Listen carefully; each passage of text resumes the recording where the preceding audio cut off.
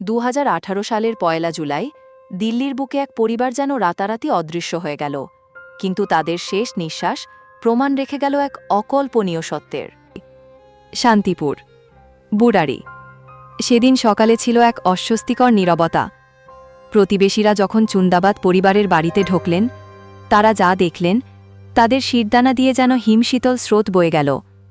10টি শরীর ঝুলছে সিলিং থেকে, তাদের চোখ বাঁধা, হাত পা বাঁধা, যেন এক ভয়াল নাটক মঞ্চস্থ হচ্ছে, যেখানে সবাই মুখ দর্শক।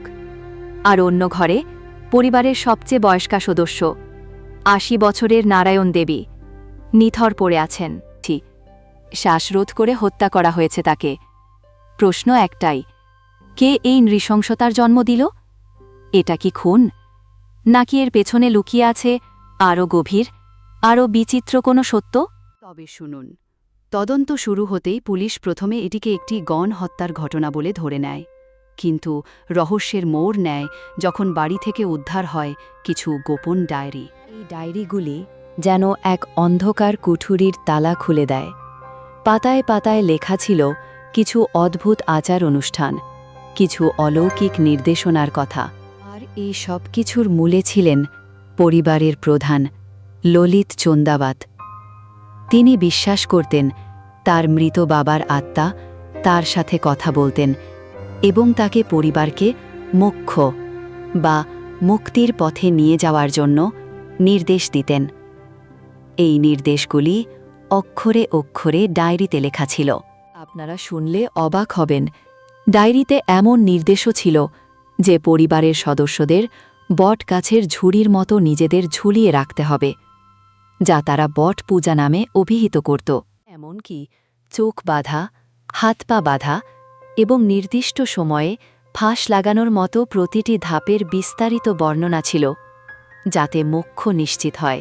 পরিবারের বাকি সদস্যরাও ললিতের এই অলৌকিক বিশ্বাসে অন্ধভাবে ডুবে গিয়েছিল।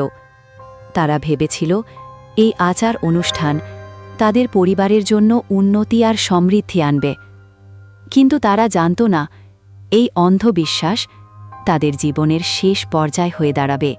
পুলিশের তদন্তের চূড়ান্ত রিপোর্ট যা সামনে আনল তা ছিল আরও চমকপ্রদ।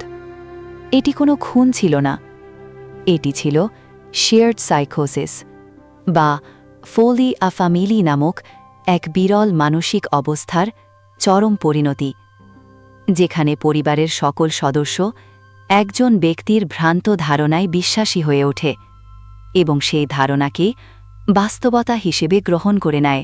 বুড়ারির এই ঘটনা কেবল একটি মর্মান্তিক মৃত্যুর গল্প নয়, এটি এক চরম বিশ্বাস আর অন্ধত্বের ভয়াল আখ্যান, যা আধুনিক সময়ে আজও আমাদের মনে প্রশ্ন জাগায়।